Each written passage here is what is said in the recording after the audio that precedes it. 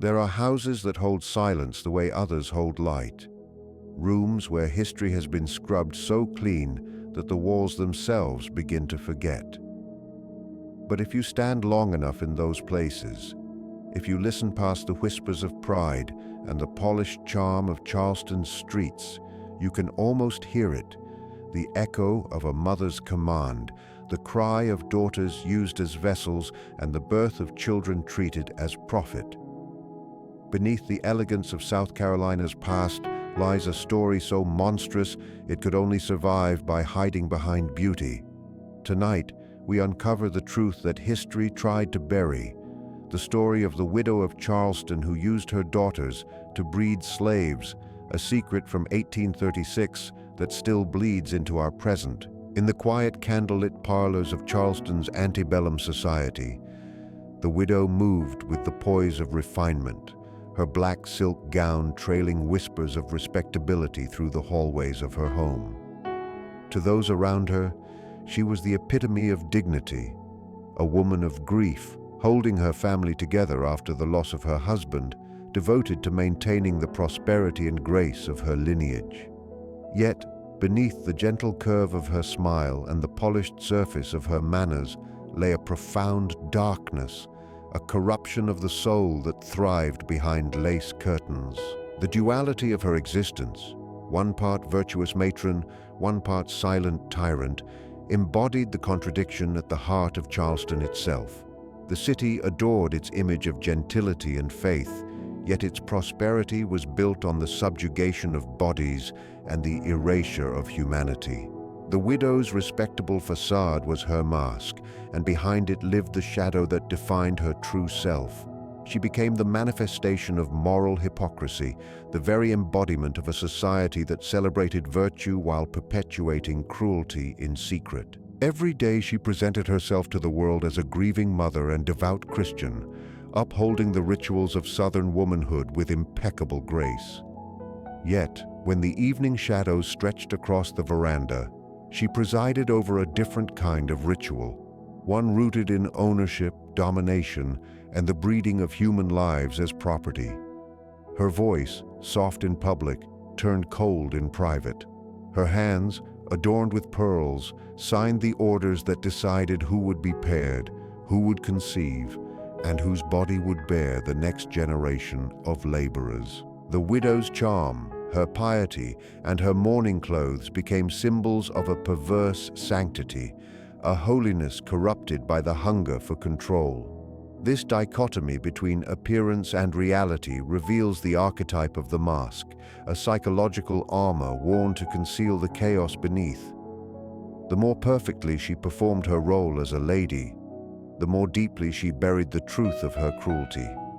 In this way, her respectability became her disguise, and her genteel demeanor was the veil through which she hid her descent into moral decay. Within her home, every mirror reflected her image, but none revealed her truth. The grand portraits on the walls showed lineage and pride, yet they hung above floors that had absorbed the silent suffering of those she claimed to own.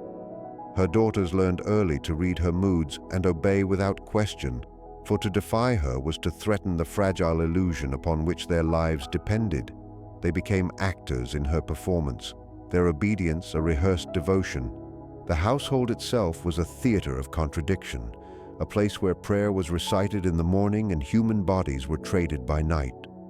The widow believed that her control was justified, that her actions were necessary to preserve what her husband had built. But in truth, she was preserving not wealth, but delusion. Each act of cruelty she commanded fed the shadow that had taken root within her. Over time, she ceased to distinguish between necessity and desire. Domination became her means of self-definition. She existed only insofar as she controlled others, for in her heart, she feared the emptiness that would emerge if she surrendered her power. The psychology of her existence was shaped by denial. She refused to see herself as cruel because she had built an identity around virtue. To maintain that illusion, she projected her darkness outward, onto the enslaved, onto her daughters, onto anyone who could bear the weight of her suppressed conscience. The human mind, when confronted by its own evil, seeks to disown it, to exile it from awareness. The widow did not perceive herself as monstrous. She saw herself as a savior of her estate, as a protector of her family's future. In this way, she became both the architect and the prisoner of her own deception. Every time she justified an atrocity in the name of survival, she sealed another stone in the wall that separated her from her humanity. The shadow she denied did not vanish. It grew, feeding on silence and secrecy until it consumed her from within. Her world mirrored her mind, polished on the surface, corrupted at the core. The city of Charleston itself shared in her delusion, for it too wore a mask of refinement over a foundation of exploitation. Society praised women like her as moral pillars, even as it relied on their complicity to maintain an empire of bondage. The widow's personal sin was inseparable from the collective sin of her culture. Each tea party, each sermon, each polite conversation reinforced the belief that grace and gentility could coexist with the buying and breeding of human beings.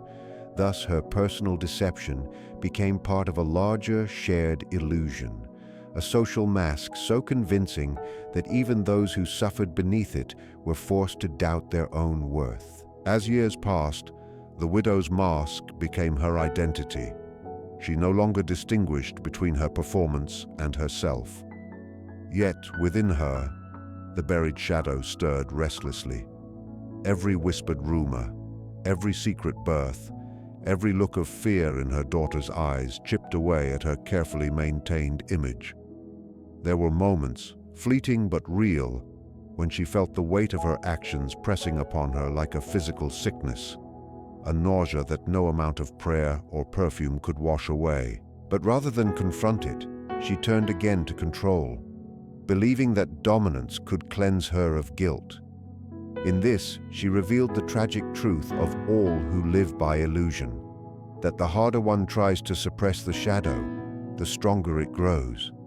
The widow's mask of respectability became the instrument of her damnation, and her outward virtue only deepened the darkness she refused to see. Through her, we glimpse not just the corruption of one woman, but the psychological disease of a society addicted to its own mask, terrified of what it might see if the mirror ever shattered. The daughters of the widow were born into a world where their worth was not defined by who they were, but by what they could provide. From the moment they were old enough to understand the subtle language of power, they were taught that obedience was virtue and silence was grace. Their mother, cloaked in mourning and authority, shaped their reality with the same cold precision with which she managed her estate. To them, she was not merely a parent but an unyielding law, the axis around which their fragile world revolved.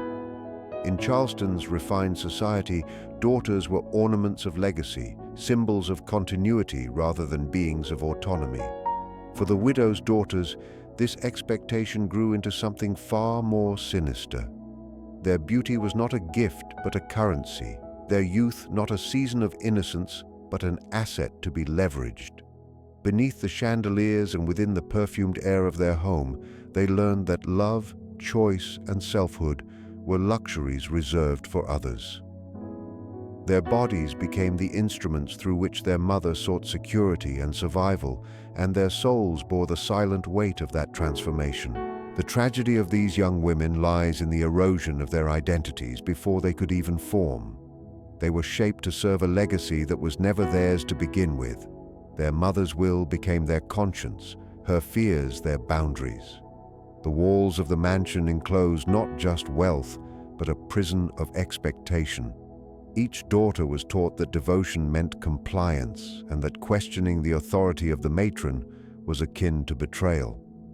The widow's manipulation was subtle at first, framed as duty, spoken through tenderness, reinforced by guilt. She would whisper of sacrifice, of family, of the need to preserve what their father had built. Slowly, the daughters learned to equate love with submission. The cruelest aspect of their conditioning was that it made them complicit in their own exploitation. They were forced to participate in the cycle of power that degraded them, believing it was the only path to loyalty and redemption. Their bodies became extensions of their mother's ambition, their wombs transformed into tools of ownership. And in this perversion of motherhood, the daughters became both victims and unwilling participants in sustaining the system that enslaved others. Their suffering was silent, for in Charleston society, silence was the only permissible response to pain. Women were not allowed to rage. They were expected to endure gracefully. The daughters' tears dried behind closed doors, their despair hidden behind polite smiles and soft laughter at social gatherings. They became mirrors of their mother's shadow, reflecting the darkness she refused to acknowledge within herself. The purity that once dwelled in their hearts withered beneath the weight of their mother's control. They began to see the enslaved not only as victims of their mother's cruelty, but also as mirrors of their own captivity. Both were bound by forces greater than themselves, both stripped of agency, both trapped in a cycle of obedience enforced by fear. The daughter's inner world became a battlefield between conscience and conditioning. At night, when the house fell into silence, they wrestled with an invisible torment, the knowledge that their compliance brought pain to others, yet defiance would bring ruin upon themselves. In the deepest part of their souls, the daughters yearned for freedom, though they could not name it. They longed for a world where affection was not bound by power, where choice was not punished by shame. But such desires were dangerous, for they threatened to unravel the illusion of harmony their mother had built. Each time they questioned her commands, they were met with cold fury disguised as maternal concern. "You do not understand the world," she would tell them, her voice trembling with feigned sorrow. "Everything I do is for you." And in those words lay the deepest manipulation of all, the weaponization of love. The daughters learned to doubt their own instincts, to mistrust the voice of conscience that whispered rebellion. Their silence became habitual, their compliance reflexive, and as they obeyed, the light within them dimmed, replaced by the hollow echo of duty. The daughter's tragedy cannot be measured solely in suffering.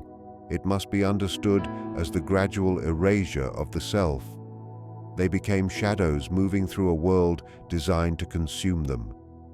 Their innocence was not taken in one moment of violence, but drained slowly through years of conditioning and control. They ceased to belong to themselves. In this loss of individuality lies the deeper horror of their story, the transformation of human beings into symbols of inheritance.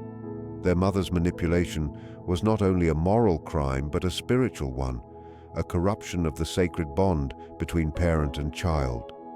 In using her daughters as instruments, she ensured that they would never fully become women in their own right.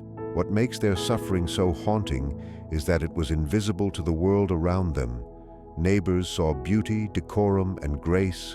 They did not see the quiet despair in the daughters' eyes or the trembling of their hands during evening prayers. The daughters' internal agony remained confined within walls that gleamed with wealth and refinement. In time, they learned to wear masks as their mother did, to smile through pain, to appear composed while their hearts fractured.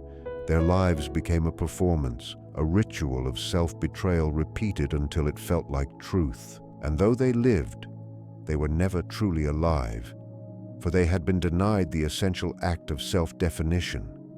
They existed as reflections of another's will, their humanity reduced to function, their dreams sacrificed to the altar of their mother's control. Their story reveals a deeper truth about inherited sin, that evil is not only passed through blood, but through silence, obedience, and the slow suffocation of the soul. The psychology of ownership that consumed the widow was born not simply from greed, but from a deep-seated illusion about power and survival. To her, possession was identity. The plantation, the slaves, the land, and even her daughters were not seen as separate lives or entities, but as extensions of her control, proof of her existence in a world that threatened to forget women once they lost their husbands. Widowhood in Charleston society stripped a woman of visible authority. Men held legal power, and wealth was sustained through their names. The widow, therefore, learned to rebuild her power through the means available to her. But what began as survival hardened into obsession. She convinced herself that ownership was not only a right but a necessity to preserve the illusion of worth. Each life she controlled became another layer in the fortress she built around her fragile sense of self. Yet beneath that fortress was the primal fear of loss, the fear of being irrelevant, powerless, and forgotten. This fear drove her to enact control not only over property, but over the very essence of human life, reducing creation itself to a transaction. Every act of ownership she committed was an act of defiance against her mortality. In her mind, to breed slaves was to breed endurance, to ensure that her name and estate would survive the decay of time. It was a perverted form of immortality. She treated the enslaved as vessels through which her legacy could perpetuate itself. In this way, the widow's delusion became almost religious, a belief that through control of the flesh, she could command the spirit. Yet the psyche cannot thrive on domination without consequence. Within her world, ownership was not questioned. It was sanctified by law, tradition, and faith distorted into justification. She was surrounded by others who mirrored her delusion, neighbors who measured their virtue not by kindness, but by the size of their estates. Yet the widow's obsession surpassed theirs, because for her, ownership was not merely an economic act, it was psychological survival. Every decision she made was an attempt to silence the terror that lurked in her solitude. Without her husband, without male authority, she clung to control as her only anchor in a shifting world. Her dominion over others became her substitute for love, her way to fill the absence of tenderness with the intoxication of command. But power rooted in fear cannot endure without consuming the one who wields it. The widow became addicted to authority as one becomes addicted to a drug, requiring more control, more dominance to sustain the illusion that she mattered. Each act of subjugation gave her a fleeting sense of order, followed by a deeper abyss of emptiness. The human psyche cannot bear such contradictions indefinitely. While she presented herself as a guardian of morality, the widow's inner world was filled with conflict. She knew, though she never admitted it, that what she was doing was wrong. There were nights when silence hung heavy over the plantation, and in that stillness, she felt the weight of the souls she had claimed. Yet rather than face her guilt, she rationalized it as providence. She told herself that she was protecting her daughter's inheritance, that she was managing the estate as any wise woman would. Her denial was not ignorance, it was a defense mechanism. To admit the truth would shatter her entire identity. The psychology of ownership, when examined closely, is the psychology of denial. It requires constant justification to survive. The widow lived in a perpetual state of self-deception, a fragile equilibrium where she was both tyrant and victim, both master and prisoner. She could not see that her power was an illusion built upon suffering, and that each life she claimed in bondage only tightened the chains around her own soul. In her interactions with the enslaved, she demanded obedience, but also admiration. She wanted them to see her as a provider, as someone who maintained order and gave them purpose. This reveals the paradox of her psyche. Even as she dehumanized others, she needed their acknowledgement to affirm her worth. She could not exist without witnesses to her control. The plantation became a stage on which she performed her dominance, a mirror that reflected her false sense of divinity. The illusion of power created its own religion, one in which she was both God and believer. Yet such delusions are fragile, for they rely on silence.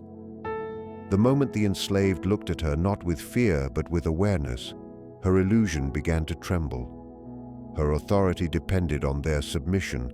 Without it, she was merely a lonely woman clinging to the ruins of meaning.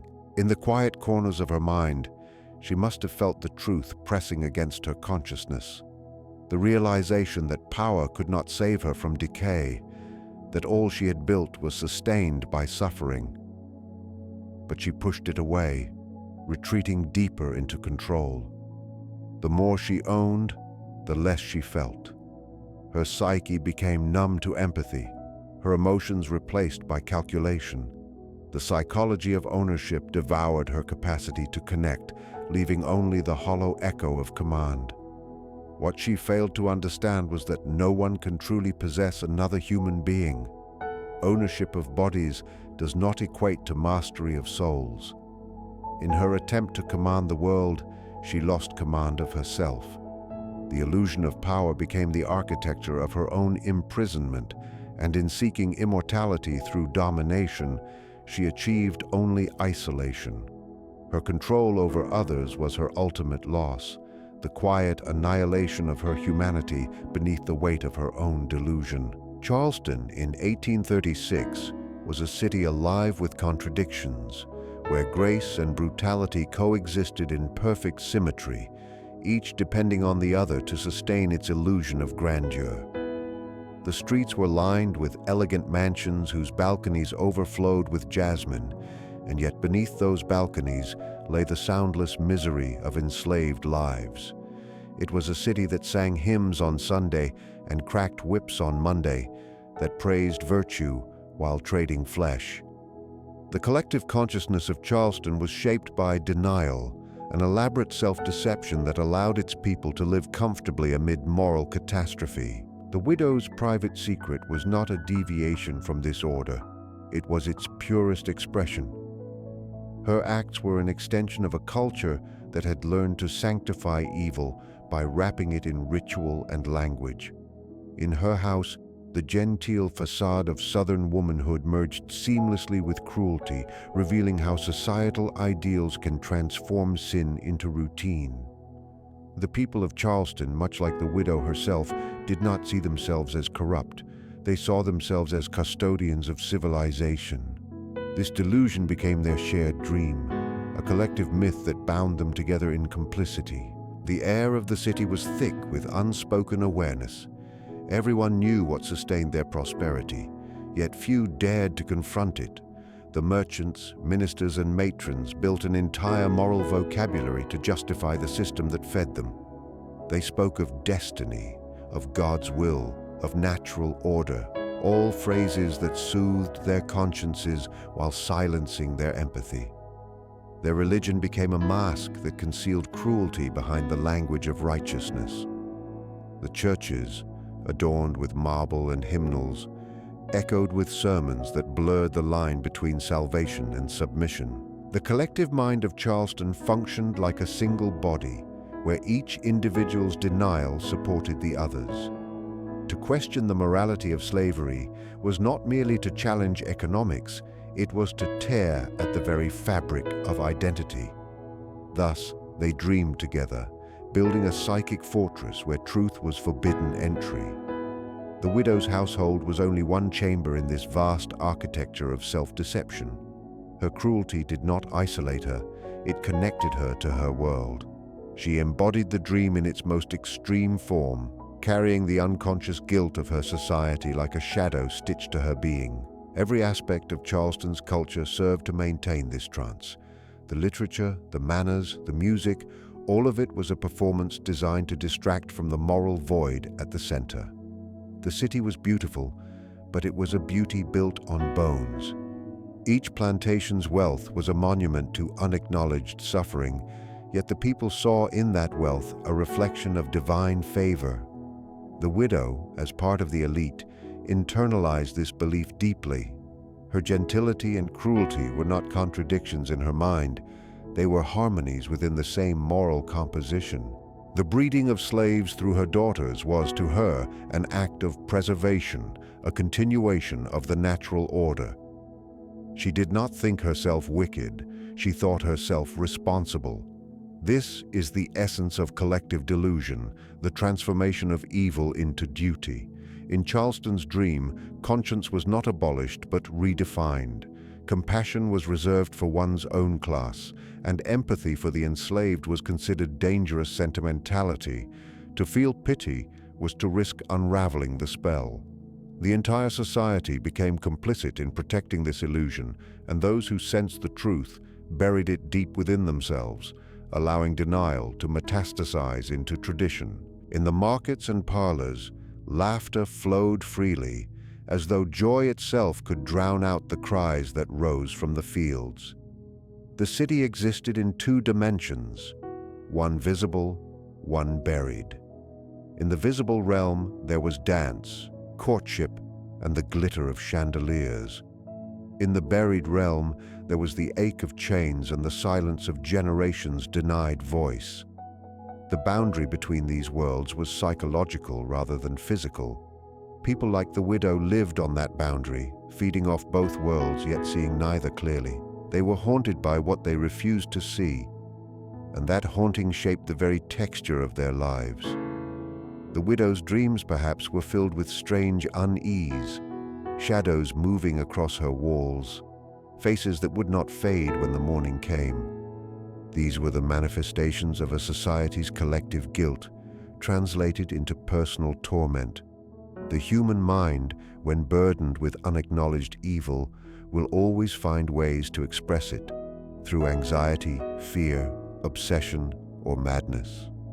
Charleston's polished calm concealed a fevered soul. What makes the city's dream so haunting is that it required the participation of all.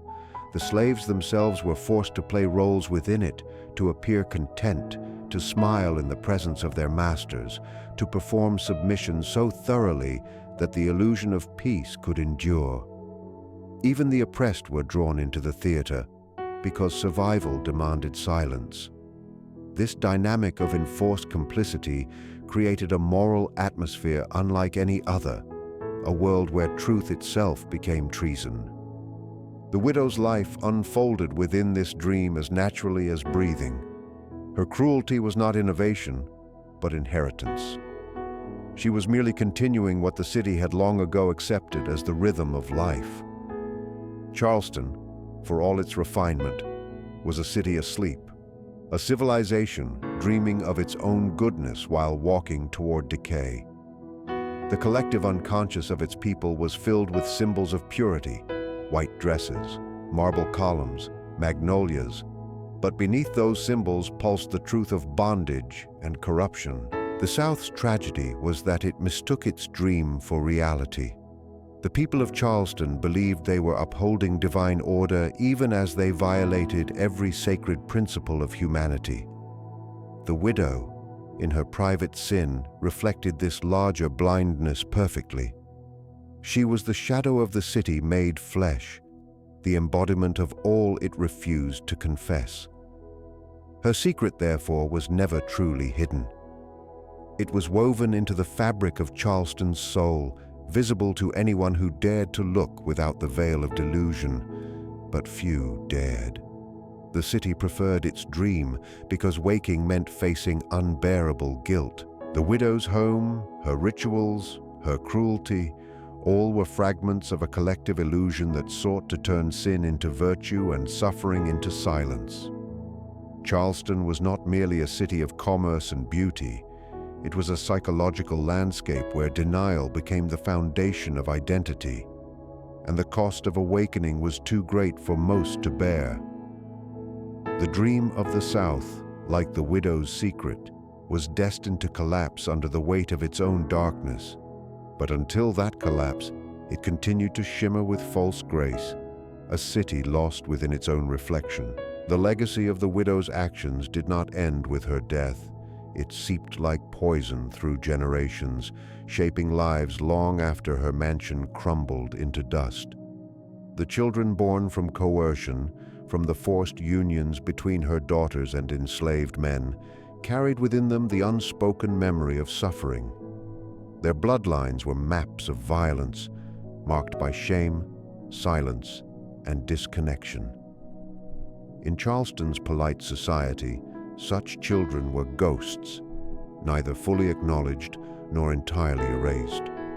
They existed in the periphery of memory, living proof of a secret the city refused to confront. The widow's descendants learned early to suppress their curiosity about their lineage. Family trees were carefully pruned, records adjusted, stories rewritten. The truth became a private curse, passed down through the absence of words rather than their presence. In that silence lay the real inheritance, a silence so complete it shaped identity itself. The widow's sin was not only in the act of domination, but in the creation of a legacy that demanded forgetting as a condition for belonging. The mind cannot escape what it refuses to face. Even when history is buried, its fragments live on in dreams, fears, and unexplainable behaviors. Generations after the widow's time, her descendants would feel the tremors of a trauma they could not name. They might have inherited her estate, her manners, her portraits, but they also inherited her guilt. The soul of a family remembers what the mind tries to forget. This psychological inheritance manifests in subtle ways: distrust, anxiety, the tendency to repeat destructive patterns without understanding why. In Charleston's grand drawing rooms, the descendants of slaveholders spoke proudly of their ancestors' courage and tradition. Yet beneath those words lay a collective unease, an emotional dissonance that no amount of social prestige could quiet. The past was not gone. It was buried alive. It whispered through the generations, demanding acknowledgement. The descendants of the enslaved, too, carried the invisible weight of this inheritance. The pain, humiliation, and violence of their ancestors lived within them as collective memory, a grief too vast for language. And so the city itself became a living organism haunted by its own silence, its people moving through time with a sense of unfinished mourning. Silence became the architecture of Charleston's memory. Families like the widow's learned that omission was safer than confession. Children were raised on fragments of stories that ended abruptly when the truth approached. The enslaved women who had been coerced into motherhood were erased from record, their names lost, their descendants scattered and unnamed. In their absence, myths took root, stories of loyalty and devotion that sanitized the violence of the past. To speak of what truly happened was to threaten the stability of the social order, for truth would dissolve the illusion of honor on which the city's identity was built.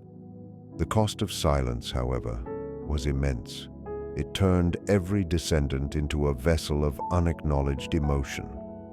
The unspoken becomes the unseen, and the unseen becomes the unseen wound, the kind that festers across generations, shaping destinies in invisible ways.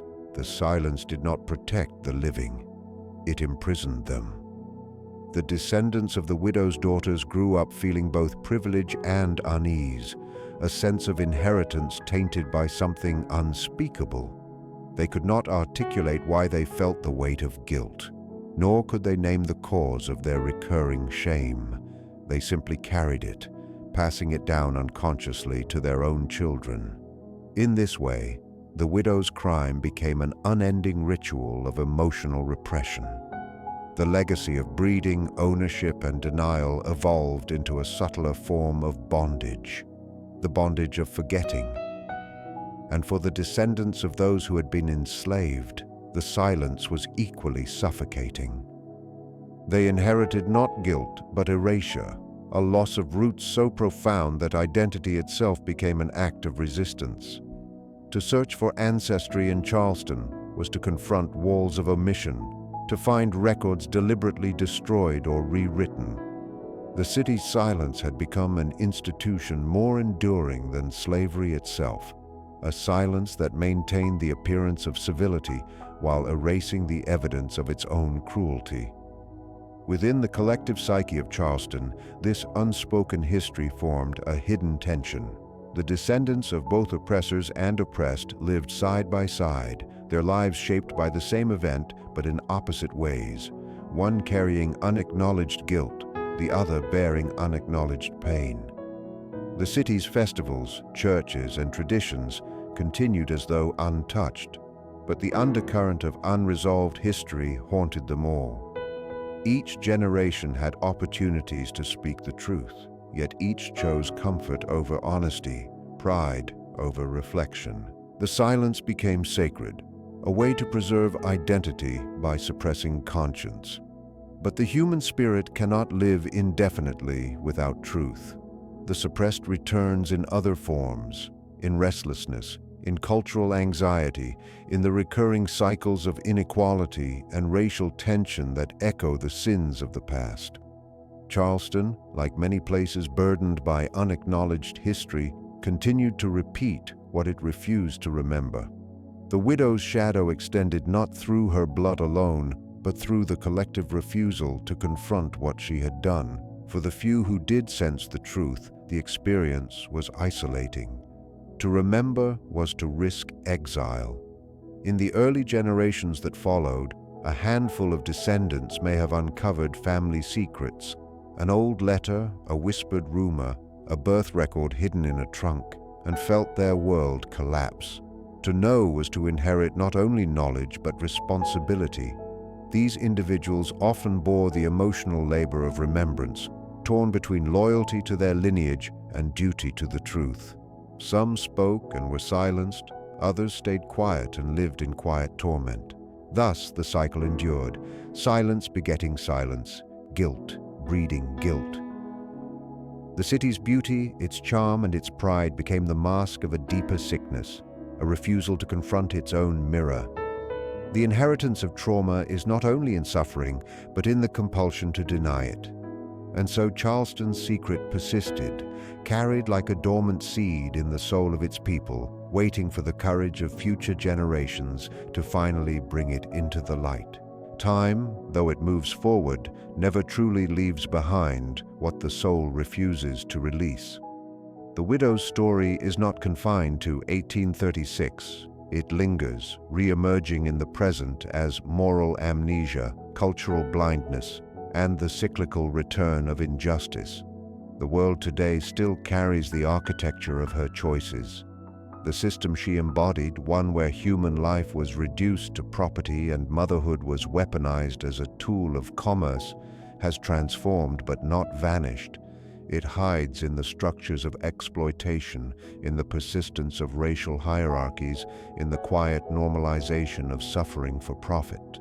The widow's ghost survives in modern institutions that feed on vulnerability and disguise oppression as order.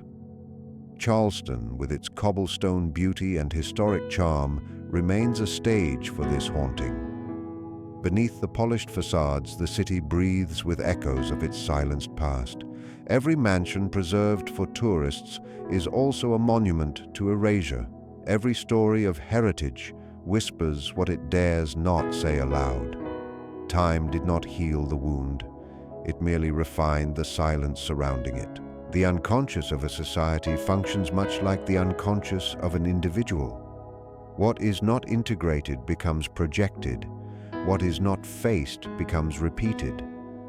The widow's descendants, literal and spiritual, continue to enact fragments of her legacy, not through explicit cruelty, but through indifference and denial.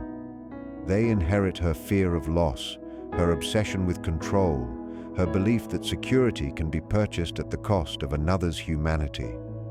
The descendants of the enslaved inherit, too, the generational consequences of her violence, systemic poverty, erasure of lineage, and the psychological toll of dehumanization. The city lives as a single organism divided against itself, one part clinging to the illusion of innocence, the other struggling to reclaim the truth buried beneath layers of myth. In every age, this dynamic renews itself because no reconciliation has ever occurred. The ghosts of Charleston do not appear as specters. They manifest as social patterns, as the unspoken tension between pride and shame that defines the city's character. To understand the widow's legacy is to confront the archetype she represents, the devouring mother cloaked in sanctity, who consumes rather than nurtures, who uses her children not as heirs of love, but as instruments of power. Her actions expose the shadow side of maternal authority when it fuses with greed. She saw her daughters' bodies not as sacred vessels, but as assets, extensions of her will, tools to preserve the estate's wealth. That inversion of motherhood, where creation becomes consumption, did not die with her. It continues to live wherever human relationships are twisted by control, wherever love is replaced by ownership, wherever bodies are commodified for inheritance, status, or desire. The widow's psychological presence persists not as a person, but as a pattern, repeating itself through those who unconsciously mirror her impulses.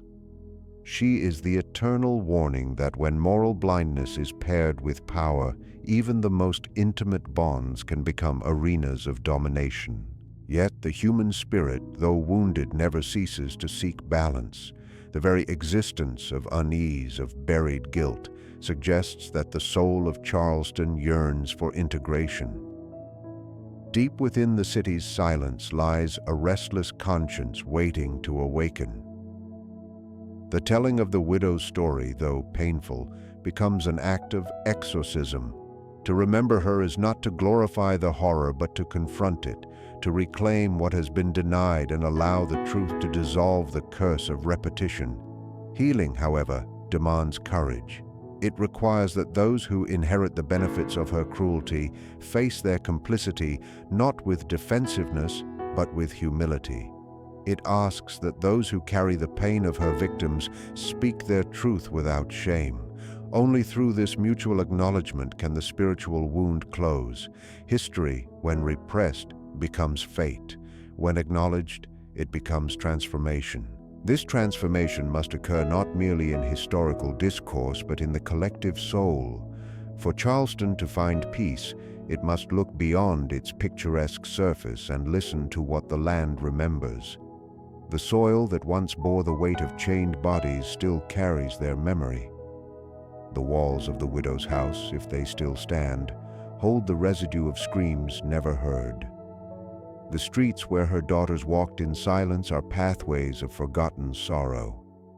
When a society denies the humanity of those it has oppressed, it also denies a part of its own humanity.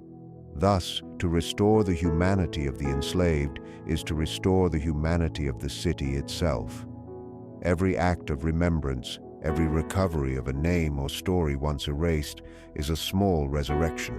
The widow's curse was to turn life into property. The antidote is to restore life to meaning. The modern descendants of this legacy, whether by blood or by culture, stand at a crossroads. They can continue the ritual of silence, preserving comfort through ignorance, or they can embrace the difficult grace of truth.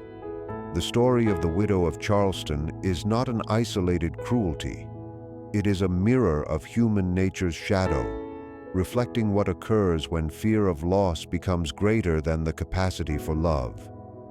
To break this pattern, individuals and communities must learn to hold both the darkness and the light, to see that redemption is not found in denial, but in acknowledgement. The ghosts will not rest until they are heard, and the living will not be free until they listen.